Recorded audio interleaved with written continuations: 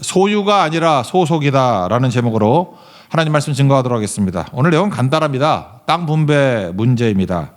근데 하나님께서는 새로운 원칙을 가지고 땅 분배를 하신다라는 것입니다. 그래서 분배가 주는 메시지 살피도록 하겠습니다. 제일 먼저 살필 것은 14절에 나오는 공평하게 나누라. 그게 무슨 뜻이 있느냐 하는 것입니다. 그 14절 읽겠습니다. 시작. 내가 옛적에 내 손을 들어 맹세하여 이 땅을 너희 조상들에게 주겠다고 하였나니 너희는 공평하게 나누어 기업을 삼으라. 이 땅이 너희의 기업이 되리라. 공평이란 게 무슨 의미겠습니까? 세상에서의 생각과 다르다라는 것입니다. 세상에서는 누가 땅을 차지합니까? 돈 많은 사람이 땅을 차지하고 부자가 땅을 차지하고. 왜 그렇습니까? 소유이기 때문에 그렇습니다. to have이기 때문에. 그래서 세상에서는 누가, 지금도 보세요. 누가 땅을 많이 갖고 있죠? 힘이 있거나, 뭐 돈도 힘이니까, 아니면 정보가 있거나, 꾀라 그러죠. 그걸 아짜트라고. 그러니까 힘과 정보가 있는 사람이 땅을 많이 차지합니다. 세상이 그렇잖아요. 땅 없는 사람들 보면은 힘이 없거나 정보력도 없고 뭐 그렇겠죠. 그래서 당연히 경쟁과 다툼이 있겠죠. 그래서 경쟁과 다툼에서 이기는 사람이 땅을 소유합니다. 그게 세상의 논리라는 것입니다. 근데 하나님의 원리는 다르다라는 거예요. 하나님께서는 힘과 정보를 가지고 소유하는 것으로 땅을 주시는 게 아니고 소속해야 주신다는 것입니다. 소속. 그래서 우리 믿는 사람들은 그 세상 사는 방법으로 예수를 믿으려고 그러니까 힘들어지는 거예요. 소유인 줄 알고. 뭐든 자꾸 가지려고 그래요. 그래서 뭐 성령의 능력도 뭐 병 고치는 능력도 뭐 돈 주고 살라 그러다가 저주받고 그런 녀석이 있었죠. 마술사 시몬. 사도행전에 보면 소유라고 생각하니까 그게 아닌데 하나님께 속하면 되는 건데 소속이 땅을 차지하는 길이다. 이 전혀 다르다라는 것입니다. 그래서 찬양도 있잖아. 나는 주님께 속한 자. 이거 뭐 당연한 거죠. 예를 들어서 어떤 가정에 아버지가 뭐 집을 사가지고 사인을 했어요. 그 아버지가 사인을 했지만 가족들은 다 우리 집 그러죠. 그런 거 아닙니까? 저도 어렸을 때 우리 아버지가 사인했는데 우리 집 그러고 살았는데, 그러니까 가족에 소속돼 있으면 우리 집이잖아요. 그러니까 우리가 5식구가 있었는데 5식구가 다 각자 노력해가지고 집을 산 게 아니고 그냥 한 분이 사인하니까 다 우리 집이 된 거라고요. 단 소속이 돼 있어야죠. 그 가정에 소속이 돼 있는 거. 똑같다라는 것입니다. 이거를 보여주는 것이 마태복음 20장의 포도원 품꾼 이야기인데, 거기 우리 현재 시간으로 따지면 6을 더해야 되니까 9시에 오고 그 다음에 12시에 오고 3시에 오고 오후 5시에 왔습니다. 6시에 일이 끝나거든요. 9시부터 6시까지. 그럼 1시간밖에 일 안 한 사람이 있고 뭐 점심시간까지 다 포함해서 9시간 일한 사람이 있을 거 아니에요. 그런데 주인이 거꾸로 돈을 주죠. 1시간 일한 사람에게 약속대로 한 데나리온은 일당이니까 하루 먹고 살 수 있는 가족의 비용이에요. 한 데나리온을 줬습니다. 그러니까 약속대로 준 거죠. 별 문제 없어요. 그런데 일찍 온 사람들이 더 기대를 했다라는 거 아니에요. 한 데나리온 받는 걸 보고. 그래서 마태복음 20장 10절을 보니까 더 받을 줄 알고, 그랬더니 더 안 주니까 원망했다. 그러고 난 다음에 원망의 내용이 아주 논리적이에요. 1시간밖에 일하지 않은 사람과 왜 똑같이 줘? 우리는 종일 수고했고 더위를 견뎠는데 똑같이 주는 게 말이 돼? 이렇게 얘기를 했다는 것입니다. 그러니까 이건 전체가 다 무슨 논리냐 하면 나는 더 많이 일했고 더 수고했고 더 견뎠기 때문에 더 소유해야 돼. 그런 논리죠. 세상 논리예요. 근데 이 비유가 보여주는 게 뭐냐면 하나님 나라는 니네가 생각하는 것 같이 능력과 공로와 기여도를 가지고 더 소유하는 to have 하는 사회가 아니야. 하나님 나라는 하나님이 왕이신 사회야. 하나님이 주인 되는 사회라고요. 그래서 주인이 뜻하는 게 뭐냐 하면은 내 밑에 있는 사람, 다시 말해서 내게 속한 사람들은 다 먹고 살게 해주는 게 하나님의 뜻이에요. 그러니까 한 가족이 먹고 사는 게 한 데나리온이니까 내게 소속된 사람은 다 먹고 살 수 있게 해주는 거야. 그래서 그 다음에 뭐라고 얘기합니까? 내 것을 가지고 내 뜻대로 할 것이 아니냐. 내가 선함으로 내가 악하게 보느냐. 내가 우리 가족에 소속된 사람에게 다 똑같이 주는 거에 대해서 왜 네가 시비 거니? 가정도 마찬가지 아닙니까? 돈은 아버지가 벌거나 어머니가 벌잖아요. 근데 먹는 건 다 같이 먹지 않나? 돈 번 순서로 먹으면 내가 제일 많이 먹어야겠네. 근데 우리 집 가보면 나는 풀떼기만 주고 지들은 맨날 고기 구워 먹고 먹으려고 그러면 뭐 혈압 떨어져야지 막 이러면서 이게 소유 개념이라고 말도 안 되는 거잖아요. 근데 그게 말이 되는 이유가 뭐죠? 소속이니까. 그래서 하나님 나라는 가족이라 그러잖아요. 가족이고 하나님 나라는 교회고 그러니까 가족의 이미지하고 교회의 이미지하고 같다라는 거 아닙니까? 소속이잖아요. 소속. 그래서 이거를 말해주는 건데 세상의 논리를 가지고는 이게 이해가 안 되는 거죠. 그래서 부당하다 그러고 부당한 게 아니라 이게 공평한 거라고요. 왜? 소속돼 있으면 다 그 안에서 누릴 수 있다라는 것입니다. 그 논리라는 거예요. 그래서 땅 분배도 마찬가지입니다. 뭐 뛰어나야 되는 게 아니라 유다 지파에 소속돼 있으면 유다 지파의 땅을 갖는 거고 베냐민 지파에 소속돼 있으면 베냐민 지파의 땅을 갖는 거다. 그래서 여러분 신앙생활 하실 때 계속 무슨 싸움을 벌여야 되냐면 신앙도 잠깐만 소유라고 생각하니까 그래요. 나는 뭐 방언의 은사도 가져야 되고 뭐 병 고치는 은사도 가져야 되고 가끔 팔푼이들은 맨날 그런 식으로 신앙생활을 하잖아요. 투 해브로. 그거 아니거든요. 난 주님께 속한 자예요. 그러니까 속한 자가 뭐예요? 뭐 집의 일부분이다. 주님이 모퉁이 돌이고 우리 집의 일부다. 그 소속 아니에요? 한 집이 소속이지. 몸이잖아요. 예수님이 머리시고 우리는 다 몸의 지체들이다. 어떤 사람은 눈 역할을 하고 손 역할을 하고 발 역할을 하고 뭐 더 약하게 보이는 게 더 요긴하게 쓰이고 뭐 그런 얘기 나오지 않습니까? 다 뭐예요? 소속이잖아요. 소속. 그러니까 여러분들이 모든 힘을 다 동원해 가지고 소속하는 싸움을 벌여야 되는 거라고요. 나는 주님께 속합니다. 그러니까 영에 속한 사람, 영을 소유한 사람 그런 게 어디 있어요? 영에 속한 사람이 있고 육에 속한 사람이 있고 소속이잖아요. 신앙은 소속이다. 그런 겁니다. 그 누가 소속해요? 믿는 자가 소속하잖아요. 그것도 똑같은 자녀 논리 아닙니까? 요한복음 1장에 보세요. 그러면 영접하는 자, 동의요? 그 이름을 믿는 자, 영접이 믿는 건데 그 예수님 믿는 자는 하나님의 자녀가 되는 권세를 주었으니 이게 소유예요? 그러니까 말뜻이 알듯 모르듯 한다고 소유로만 이해하는 사람은 이게 뭔 소리를 이렇게 해? 소속이라니까요. 믿으면 소속이 된다는 거예요. 하나님의 자녀로 소속이 된다는 거예요. 그러니까 소속하는 싸움을 벌여야죠. 그러니까 누구든지 주의 이름을 믿는 자들은 부르는 자들은 구원을 받으리라. 이게 소속이지 이게 뭐 얻는 거 아니잖아요. 땅 얘기 나오는 게 시편 37편에 나오죠. 11절에 온유한 자들은 땅을 차지하고 풍성한 화평으로 즐거워한다. 이 말씀을 예수님이 인용한 것 같아요. 산상수훈에서 팔복에 마태복음 5장 5절 보니까 온유한 자는 복이 있나니 땅을 기업으로 받을 것이며 그러니까 시편 37편의 말씀을 예수님의 버전으로 설명하신 것 같습니다. 온유가 뭡니까? 그냥 우리 한자로 그냥 본다 그러면 뭐 유순하고 착하고 부드럽고 그런 거 아니고 들어봤죠? 태임이라고. 길들여지다. 그러니까 야생마가 길들여지다 그런 거예요. 그 야생마가 길들여졌다는 건 뭐예요? 주인이 있다는 거 아니에요. 주인 있는 말 그런 뜻이에요. 그 온유라는 건 뭐냐? 주인이 있는 말이에요. 그 주인 말 듣는 말 그게 온유예요. 주인이 없는 말 그 야생마잖아요. 지 멋대로 막 뛰어다니고. 그러니까 온유는 뭡니까? 충성에 가깝다니까요. 충성. 왜? 소속이 있기 때문에. 나는 주인에게 속한 말이에요. 그게 온유라고요. 그래서 최초의 온유라는 단어가 나오는 게 민수기 12장에 나오죠. 그 모세가 십보라라는 아내가 있었는데 뭐 죽은 것 같기도 하고 아니면 뭐 아내를 더 얻었나 잘 모르겠어요. 구수 여자 아마 뭐 피부가 까마잡잡한 여자하고 결혼했는가 봐. 그러니까 모세 취향이 검은색 피부였던 것 같아. 그럼 뭐 결혼 한번 하는 거지, 그죠? 근데 그분도 대단해. 80대 넘어서 가지고 뭐 또 장가갈 마음이 또 생겼나? 죄송합니다. 나 혼자 그 생각하다 혼자 웃었어요. 그냥 그러다 말지. 하여튼 엄청난 에너지가 있는 분이에요. 예. 그랬더니 비방을 했대요. 비방을. 그 비방을 하면은 주인이 없이 내가 이 권력이 소유라고 생각하는 사람은 어디 하극상이야 그러고 박살을 낼 건데 그냥 기다리잖아요. 주인 있는 몸이니까. 하나님이 주인이잖아요. 그래서 12장 3절에 보니까 이 사람 모세는 온유함이 지면에 있는 모든 사람보다 더하더라. 옛날 성경 보면 승하더라. 이길 승자. 온유함이 최고래.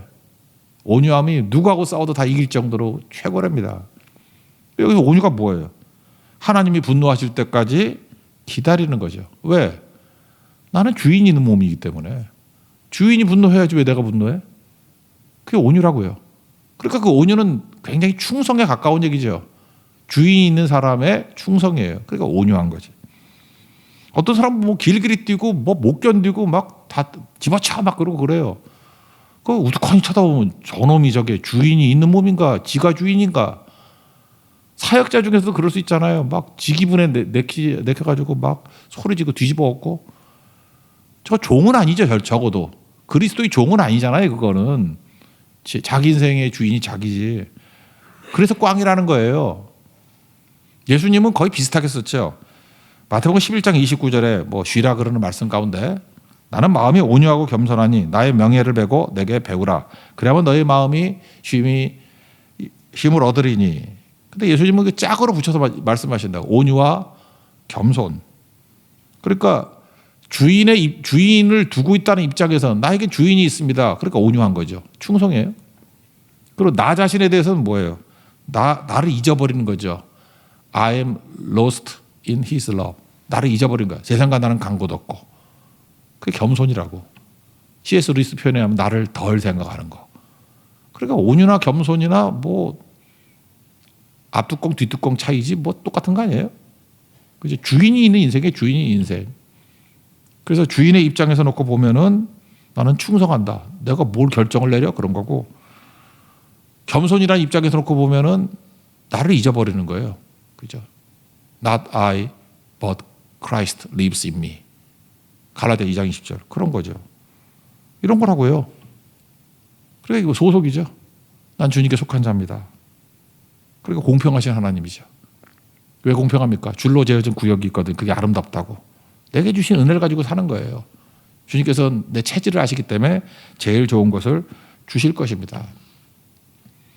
이 내용을 가지고 세속적으로 글 쓴 사람이 에릭 프롬이에요. 소유냐 존재냐. 그죠? 소유냐 존재냐 to have하고 to be 나눈 거 아니에요. to have는 소유잖아요. 거기 체크 봐요. 뭐 경쟁과 다툼. 그게 아니라 to be 존재로 살아야 된다는 게 뭐예요? 소속돼서 살아다는 거지. 딴 겁니까? 로마서 같은 데 표현하면 종 노릇하지 말고 아들 되라고. 그 탕자 비유도 나오잖아요. 탕자에 그 집안에 있는 형은 뭐가 문제였어요? 아들이면 아버지께 소속된 거 아니에요. 아들인데 종놈 논리로 얘기를 해. 내가 아버지 명을 어긴 적이 없대. 아니 아들이 명으로 사나? 종이 명령으로 살지.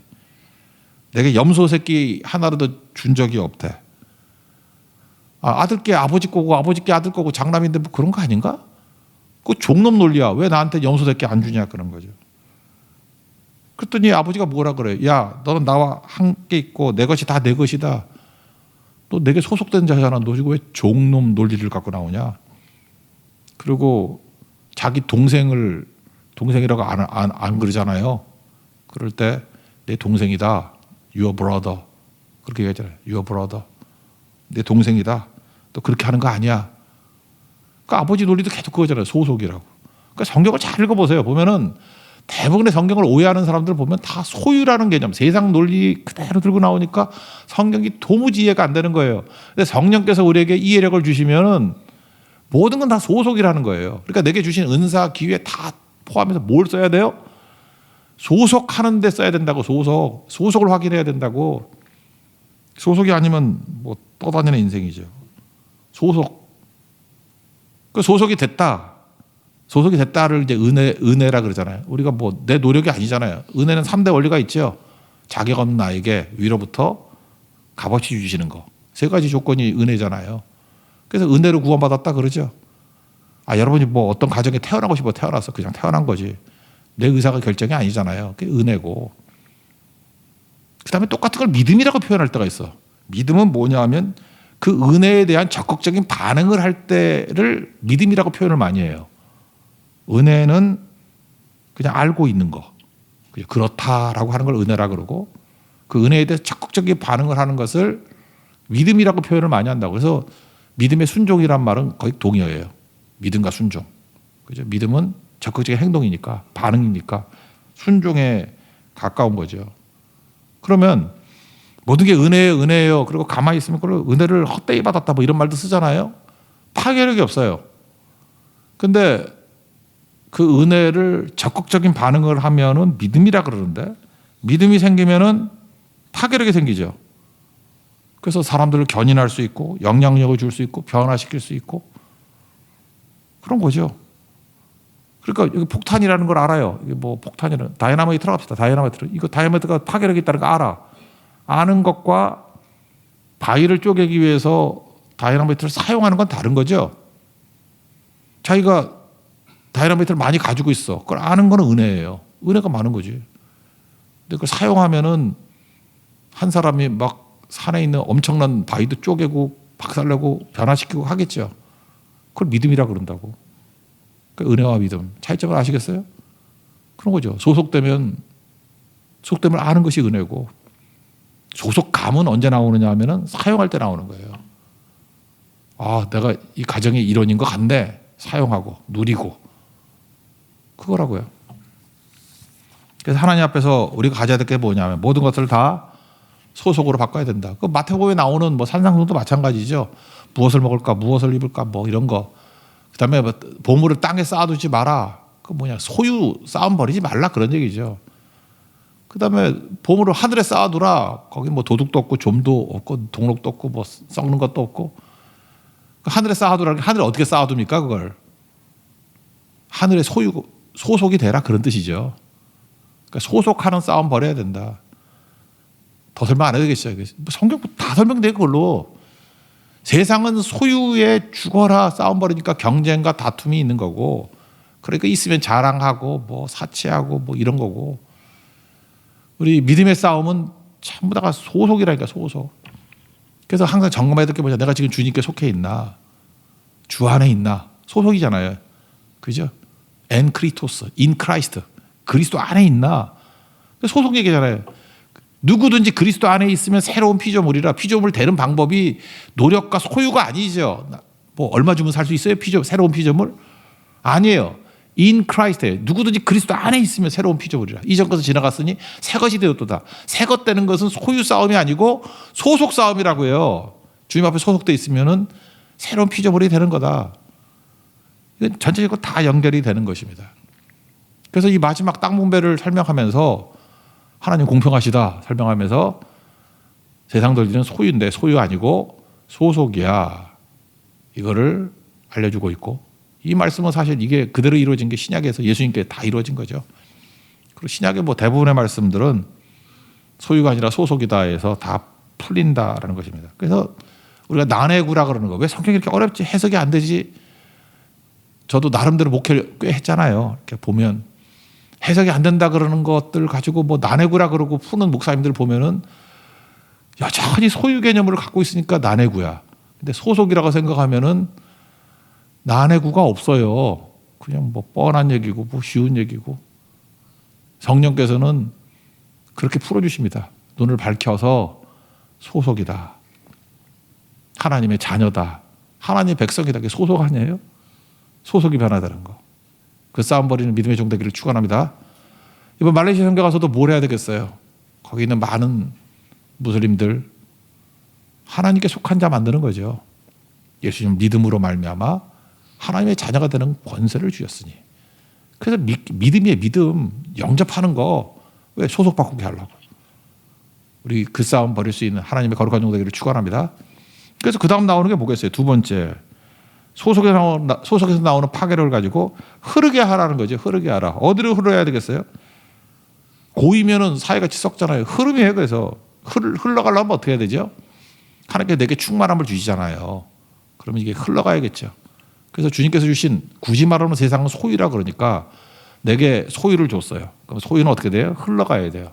근데 그냥 흘러간다 이렇게 막연하게 얘기하지 말고 어디로 흘러야 되느냐. 성전 물 얘기했죠. 성전에서부터 물이 시작돼서 생명의 물인데 멀리 가면 멀리 갈수록 더 깊어진다 그랬죠. 그러니까 멀리 흘러가야겠죠. 어디로 흘러가요? 동쪽이 타락한 자들의 땅이라 그랬잖아요. 에덴의 동쪽 글로 갔고, 그 다음에 가인도 범죄하고 난 다음에 동쪽으로 가서 노 땅에 성을 짓고 살았다. 동쪽은 타락의 땅이에요. 그래서 동쪽 문이라고, 전지도 동쪽으로 하고. 왜? 잃어버린 세상을 구원하는 문이에요. 동쪽이. 그러니까 하나님의 문이고 영광의 문이고. 그래서 많은 믿지 않는 사람들이 하나님의 사람으로 소속될 때 영광이 드러나는 거라고. 그러니까 어디로 흘러야 되겠습니까? 이방인에게 흘러야죠. 여기서 타국인이라는 말이 나와요. 이게 사실 거의 뭐 사도행전과 요한계시록의 환상이죠. 22절과 23절 읽겠습니다. 시작. 너희는 이 땅을 나누되 제비 뽑아 너희와 너희 가운데 머물러 사는 타국인 곧 너희 가운데서 자녀를 낳은 자의 기업이 되게 할지니 너희는 그 타국인을 본토에서 난 이스라엘 족속같이 여기고 그들도 이스라엘 지파 중에서 너희와 함께 기업을 얻게 하되 타국인이 머물러 사는 그 지파에서 그 기업을 줄지니라. 주 여호와의 말씀이니라. 타국인도 우리 뭐 신약에 와서는 주로 이방인이라고 표현을 많이 하죠. 똑같이 여기고 기업을 똑같이 주라는 것입니다. 다시 말해서 뭐예요? 타국인도 네가 가지고 있는 소유 이렇게 나눠주려고 그러지 말고 우리 무슨 구제사역인지 알아요? 전도를 내가 있는 거 좀 너희들도 좀 개평으로 나눠줄게. 그런 거 아니고 그들도 하나님께 속한 자가 되게 만드는 거예요. 소속이 되게 만드는 거라고. 전도는 소속 바꾸는 거라니까요. 하나님께 속한 자로 만드는 거. 그러니까 그렇게 가게 만들어야죠. 그러니까 내게 주신 모든 것 어디로 흐를까 그걸 생각을 해야 돼요. 여러분 흐르지 않는 인생은 사입니다. 썩습니다. 여러분. 그거 에너지가 내 안에만 머물러 있다면 썩어요. 그러니까 뭐든지 하나님이 이렇게 주신 거는 밖으로 흘러야 됩니다. 그래서 교회는 흐르는 거예요. 다 흐르는 거라고. 멀리 흐르면 멀리 흐를수록 더 깊어지고 강력해집니다. 어떻게 흘러야 되느냐. 흘려 보내십시오. 뭐 생각나는 게 어떤 신앙 공동체가 있더라고. 제가 얼핏 뭐 글 하나 읽었는데 신앙 믿는 사람끼리 모여 사는 사람들이에요. 이렇게 살아야 된다는 얘기가 아니라 신앙 문제에 어떤 교회라고 합시다 그냥. 그 사람들 모여 같이 사는 사람들이에요. 근데 같이 일하고 뭐 같이 모여 살고 뭐 몇 명은 그렇게 할 수 있겠지. 뭐 오래는 못해도. 근데 그 사람들 재밌는 글 썼더라고. 자기들은 그 동네에서 커피를 마실 때 빙빙 돈대요. 요즘에 커피숍 되게 많잖아요. 동네에만 한 10군데가 된대. 근데 그중에 제일 장사가 안 되는 거 가서 커피를 마신대. 10명이 들어가서. 왜냐? 잘 되는 집은 놔둬도 잘 되니까. 그래서 안 되는 곳을 도와주려고. 그래서 내가 그걸 보면서 느꼈던 게 뭐냐면 그분들이 그런 말을 썼더라고. 내가 하는 소비가 하나님의 일이라는 거예요. 내가 하는 소비. 내가 지금 돈을 쓰는 게 하나님이 일하시는 거라는 거예요. 그래서 어디로 가면은 가치가 높아지고 어디로 가면은 이 돈이 어디로 가면 살리는 게 되고 또 어디로 가면은 하나님의 자녀가 되는 길인가 이런 거. 제게는 울림이 있었어요. 뭐 똑같이 한다는 것보다도 응용할 게 너무 많더라고. 영적인 가치들. 요즘에 우리 뭐 제가 개인적으로 크리스찬들 뭐 중국이 지금 뭐 엄청난 공격을 하잖아요. 알리라든지 테무라든지 엄청 싸죠. 뭐 우리 한국에서 한 2만 원 줘야 될 거는 500원이야. 500원. 1,000원. 그 정신 나가게 해가지고 그거 다 사다가 나중에 시장 잃어버리면 나중에 2만 원짜리를 6만 원 받으면 어떡하려고 그래? 얼마 전에 배달의 민족 경험 못했어요? 배달의 민족이 독일로 넘어갔잖아. 게르만 민족이 됐잖아요. 그래서 처음에는 싸게 하고 공짜로 하다가 얼마 전에 뭐 배달료 4,000원, 5,000원 받고 그러지 않았나?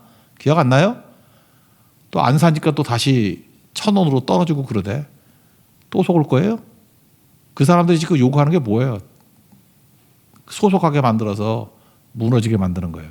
아, 제가 지금 뭐 장사하는 거 지금 반대하려고 그러는 게 그 얘기가 아니고 크리스찬이 그렇다고요. 세상은 미끼예요. 미끼로 와가지고 엉뚱한 데 흘러가서 헛되게 살게 만드는 거라고. 자기 욕심에 호소해서. 저는 그래서 열심히 쿠팡 쓰고 있습니다. 옆에서 똑같은 물건을 반값에 사는 것을 보면서도 이게 신앙적인 소비다. 그러고 쓰고 있거든요. 저 맨날 만나는 사람이 맨날 그거 자랑하고 있어요. 목사님 그거는 반값에 샀는데 나도 알아. 나도 알아. 지금 이거 하나 예예요. 이거야 뭐 큰 문제는 아니겠지만 우리의 소비가 어디로 가야 될지를 꼭 알아야 된다는 것입니다. 제가 가지고 있는 돈을 이렇게 놓고 한번 생각해 봤어요. 이거 어떻게 하면 제일 잘 썼을까? 내가 있던 돈 제일 잘 썼던 것 중에 뭐 여러 가지가 있는데 그냥 하나만 생각해 보면 제가 일본 집회를 한번 갔던 적이 있거든요. 오키나와 꽤 됐어요. 그때 강사비를 오키나와의 일본 전역에 있는 젊은이들 모아놓고 했던 집회였던 것 같아요. 내 기억에 30만 엔 정도 받았던 것 같아요. 10배만 해도 300만 원쯤 되잖아요. 그쯤 됐는데 거기 선교사님들도 많이 참석했어요. 근데 갑자기 내가 뭐 300만 원에서 뭐 하나 그런 생각이 들더라고. 뭐 전 그때 돈이 많았거든. 뭐 책도 쓰고 해가지고 뭐 돈이 뭐 필요하지도 않고 이거 어디 써야 돼? 기도했어요. 어디 써야 되느냐. 그래서 그때 청년이었어요. 청년이고 뭐 기타 치고 맨날 비리비리 하는 사람. 우리 교회 같이 협력하고 있는 강대일 선교사예요. 그래서 이걸 뭐 쪼개서 나눠줄까 하다가 그냥 너 다 가져라. 뭐 필요한 데 써라. 근데 그때 역시 기도는 기도와 만나는 거예요. 그때 꼭 필요했던 일이 있었는가 봐요. 그분이. 지금 20년도 더 된 일인데 아직도 그 얘기에 오키나와에서 줬던 거 감사했고 그때 뭐 풀렸다. 나 기억도 잘 안 나. 뭐라 그러는지. 그거예요. 분명히 똑같은 소비인데도 살리는 소비였고 나 지금 잘 기억이 안 나. 뭐 되게 중요한데 잘 썼던 것 같아. 저한테는 뭐 있어도 그만 없어도 그만이었던 것 같고 제가 잘난 척하는 거 아니에요. 저도 큰 돈이었지만 저한테 뭐 이렇게 큰 영향 미치는 거 아니었는데 그분에게는 생명의 가치가 있는 거였다고. 그런 거죠. 그렇다 그러면 신앙적인 소비가 되기 위해서는 돈 쓰는 것도 기도해야 되지 않나요? 하나님께서 내게 이렇게 잉여분을 주셨는데 어디 써야 됩니까? 우리 부족할 때만 기도하잖아. 부족한 거 채워달라고. 그러면 약간의 잉여가 있을 때도 기도해야 되지 않나요? 이거 어디로 흘러가야 됩니까? 성전에 물이 고여있지만 않잖아. 흐르잖아요. 그 잘 써야 됩니다. 그래서 놓고 기도해야 돼요. 그럼 하나님이 그때그때마다 영감을 주시고요. 그때마다 기도해서 쓴 소비는 항상 풍성한 열매, 100배 결실을 내가지고 돌아오더라고. 그리고 그보다 더 큰 건 뭐냐면 기쁨이 있어요. 기쁨이. 그리고 간증이 있고. 그 얘기를 하고 있습니다. 지금 분배할 때 타국인 잊지 마라. 타국인도 하나님의 소속된 백성이다. 그렇게 사는 인생 되는 축복이 임하기를 기원합니다. 예, 자리에서 일어나겠습니다. 나는 주님께 속한 자 찬양하겠습니다.